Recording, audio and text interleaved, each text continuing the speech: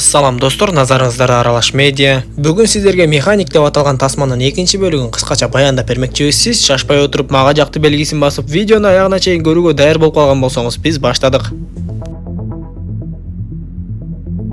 Тасманын башында эле баягы Артур Бишоп деген адам башка адамдын атын жамынып Бразилияда жашап жүргөнүн көрөбүз. Күндөрдүн биринде эле ал тамактануучу жайда отурган кезде анын жанына бир кыз келип отурат да сөздү баштайт. Ал кыз Артурга видеону көрсөтүп, "Сен өзүңдү өлдү кылып качып кетип билинбей калдым деп жатасыңбы? Мени сага сен мурун иштешкен адам Райан Крей жөнөттү. Анын сунушу боюнча сен 3 адамды өлтүрүп беришиң керек. Эгер сен Крейдин сунушуна макул болбосоң, бул видеону таратып жиберебиз жана сенин тирүү экениңди элдин баары билишет" деп айтат. Анда ойлонуп калган Артур ар жак бер жагын жакшылап карап көрсө эле, имараттын ичинде кыз менен бирге келген бир топ адамдар жүргөн болот. А дегенде ал кызды сүрөткө тартып алат да андан соң анын адамдары менен мушташа баштайт. Ал жердеги адамдарды ары бери чачып жиберген соң сырттан дагы адамдар кире баштап, Артур имараттан секирип качып кетет. Башка адамдар Артурду бир топко чейин кубалап өлтүргөнгө аракет кылышып, бирок профессионалдуу киллер такыр эле колго түшө турган түрү жок. Ал үйүнө келет да керектүү документтерин жыйнап, бул жак ага коркунучтуу болуп калгандыктан Рио шаарынан учуп кетүүнү чечет. Кийинки көрүнүштө ал Таиланддын кайсы бир аралдарына келип, ал жерден мурунку таанышы Мэй менен жолугуп жашырылган куралдарды алат. Дароо эле жанагы сүрөткө тартып алган кыз жөнүндө маалыматтарды издей баштап, чындап эле ал Крей деген адамдын кол алдында иштээри белгилүү болот. 1-2 күн өтпөй эле Артур Жейке Жина аттуу кыздын келгенин байкайт. Кечинде Жейке жакын жерде кичинекей кемеде бир адам аялды ууруп жаткан үндөрү угулуп жатты. Анда Мэй Артурга келет да тиги кемедеги аялды тынымсыз сабап жатат деп айтып, Артур болсо ага алар үй бүлө болсо керек, мен алардын ишине аралашпай эле коеюн десе, Мэй Артурга эгер сен жардам бербесең мен жардам берем деп жөнөмөкчү болуп калат.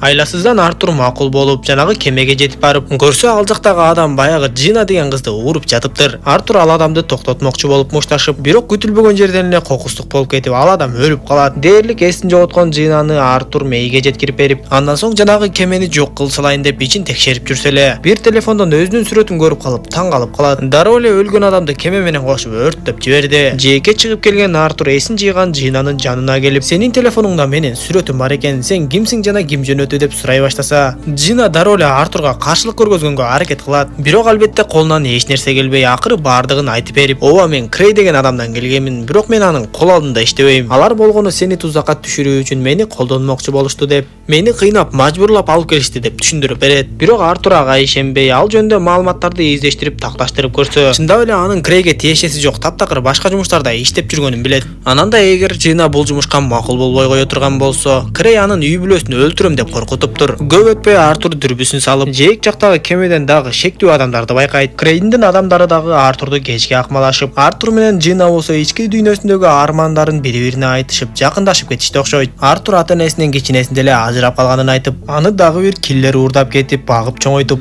анан да аны кичинесинен баштап машыктыргандыктан, Артур дагы анын жолу менен кетип, ушундай деңгээлге жеткен. Ошентип Артур менен Жина бири-бирине сырларын ачык айтышып, жакын адамдарга айланып калышты. Артур Жинага атасынан калган саатын белек кылып, бардыгы жакшы болоорун айтып, көрсө Крейн дагы Артур менен чогуу өсүп чоңойгон киллер болуп чыгат. Эми Артур качып жок болуп кеткен соң, анын залакасы Крейнге да тийип жаткан окшойт. Ошентип эртеси күнү эле Крейндин адамдары аларды кармап калышты. Артур алар менен болушунча мушташып, бирок алар болбой эле көптүккө салып, Жинаны уурдап кетип калышат. Андан соң алардын бири Артурга телефонду берет. Артур дароо эле телефондун ары жагындагы Крейнге бет маңдай жолукканда сүйлөшөбүз деп өчүрүп коет. Артурду бат эле Крейндин алдына алып барышып, Крейн Артурга "Сен канча жашырынсаң да мен сени таап алам" дегендей кылып, "Эми сен мага 3 белгилүү жана өтө катуу корголгон адамдарды өлтүрүп беришиң керек. Анан да буларды тапанча менен атып, бычак менен сайганга болбойт. Сен бул адамдарды адам колдуу эмес, өзүнөн өзү эле өлүп калгандай кылып көрсөтүшүң керек" деп айтып, эгер планды буза турган болсоң, Жина жана анын балдарын өлүм күтүп турат деп коркутат. Ошентип Артур бул жолу дагы аргасыздан макул болуп, анын өлтүрө турган биринчи адамы Крель деген адам болчу. Ал Африка өлкөлөрүнө мыйзамсыз курал сатып тараткан адам болуп, азыркы мезгилде Малайзиянын кичинекей аралында жайгашкан түрмөдө камакта отурат. Артур бул ишти бүткөрүү үчүн кандай кылсам экен деп көпкө чейин ойлонуп жүрүп, акыры Малайзияда издөөдө жүргөн адамга өтө окшош экендигин байкап, дароо эле ал адамдын атынан документтерин жазатып алат да, көп өтпөй полицияларга колго түшүп берет. Полициялар болсо дароо эле издөөдө жүргөн адамды түрмөгө жөнөтүшөт.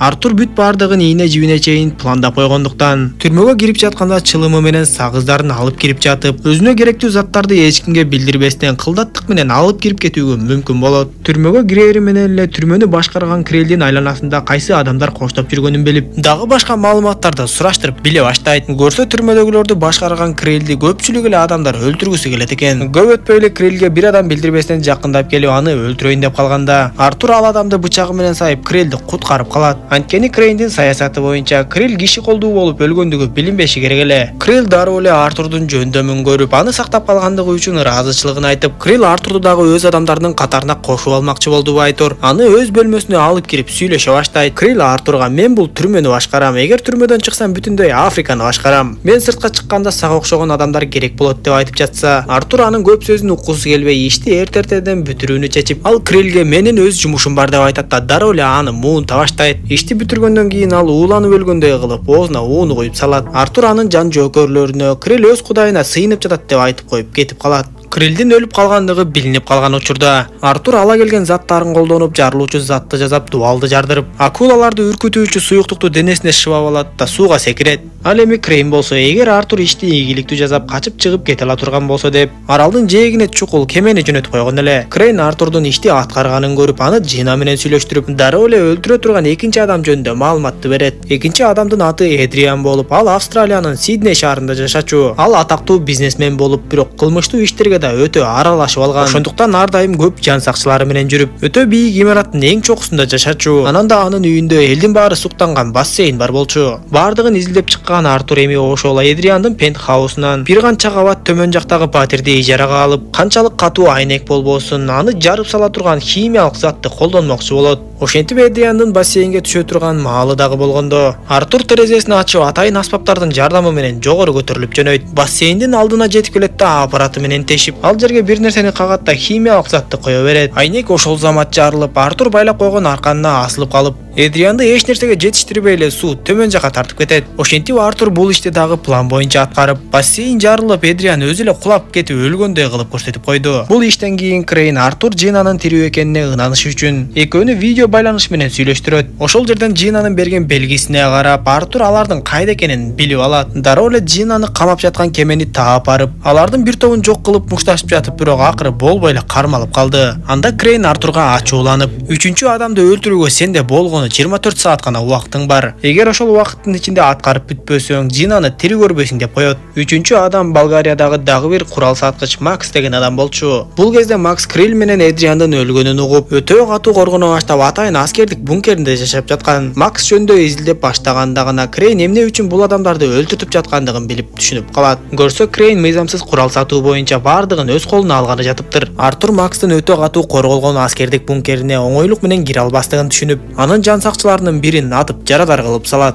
Ага атайын тез жардам тик учак менен баргандыктан, Артур ошо тик учакка жашынып алып, бункердин аймагынан билинбей түшүп кеткенге мүмкүн болот. Дароо эле атайын аппараттын жардамы менен видео камералардын ишин бузуп, аны билген Макстын жан сакчылары өтүрбөлөнгө түшүп, Максты бункерди көзөй алып жөнөшөт. Качан ал бункерине жетип ичине кирип бекиткенден кийин, артын караса Артур эбак эле ал жерге келип Максты күтүп отурган болот. Бирок бул жолу Артур Максты өлтүрүү үчүн эмес, аны менен сүйлөшүү үчүн келиптир. Анткени ал эми Крейнге такыр эле ишене албай калды. Артур Макска бардыгын түшүндүрүп берип, "Эми экөөбүз биргеликте иштешели. Сен болгону калп эле өлүп, эл алдында жаңылыктарга чыгышың керек. А калган ишти болсо мен өзүм жайгарам" деп, Макс дагы ага макул болуп ишти баштап калышат. Көп өтпөй эле ошол Максты жарылуудан улам көз жумду деп жаңылыктарга чыгарып жатышат. Аны Крейн дагы өз көздөрү менен көрүп жаткан эле. Бул кезде эч ким эч нерседен шектенип калбасын деп, Артур Максты бир аралга качырып келет. Ал дароо эле Крейнге чалып, "Мен сенин айткан иштериңди аткардым, эми мага Джинаны бер" десе, Крейн Артурга ишенбей, "Мен Макстын өлгөн денесин көрүшүм керек" деп туруп алат. Артур Крейнге Макстын өлүк денеси кайсыл жерде экенин айтып берип, Крейн болсо адамдарын дароо ошол жака жөнөтүп жатып, Макстын өлүк денесин табаарыңар менен Артурду өлтүргүлө деп буйрат. Крейндин адамдары Макстын өлүк денесин көрөбүз деп келишкенде, катуу даярдык көрүп койгон Артур алардын бардыгын кырып жок кылат. Андан соң тездик менен Крейндин кемесине жетип келип, кемеде азыраак эле калган Крейндин жан сакчыларынын ишин бүтүрөт да. Акыры Джинага жетип келгенде ага ок тийип жарадар болгонун көрөт. Көрсө Крейн Артурдун келээрин билип, кемеге бомбаны орнотуп, өзү жаңы эле качып кеткен болот. Анда Артур Джинаны куткаруучу аппаратка салып кетирип жиберет да. Крейнди кемеден качып кеткенге жетиштирбей кармап калат да, чынжыр менен байлап салат. Бул кезде бомбанын жарылаарына бир канча гана секундалар калган эле. Артур сууга секирип качкандын ордуна тескерисинче кеменин ичине кирип кетет. Бир кезде Джина куткаруучу аппараттын оозун ачып, жарылып эч нерсеси калбай калган кемени көрөт. Ошентип бүт баардыгы бул жолу Артурду чындап өлгөнүнө ишенишип, бирок Артур бир канча күндөн кийин эле Джинанын жанына эч нерсе болбогондой келип калганын көрөбүз. Ал эми Макс болсо камераларды карап жатып, Артур кеменин эң төмөнкү бөлүгүндөгү темирлердин арасында аман калганын көрөт. Ал дароо эле видео жазууну өчүрүп салып, эми мындан кийин Артурду эч ким таап, киши өлтүрткөнгө мажбурлабай турган кылды окшойт. Тасма ушундайча соңуна чыгат достор. Видео жаккан болсо мага жакты белгисин басып, дос тааныштарыңыз менен бөлүшүп койгонду унутпаңыз. Кийинки видеолордон көрүшкөнчө аман болуңуздар.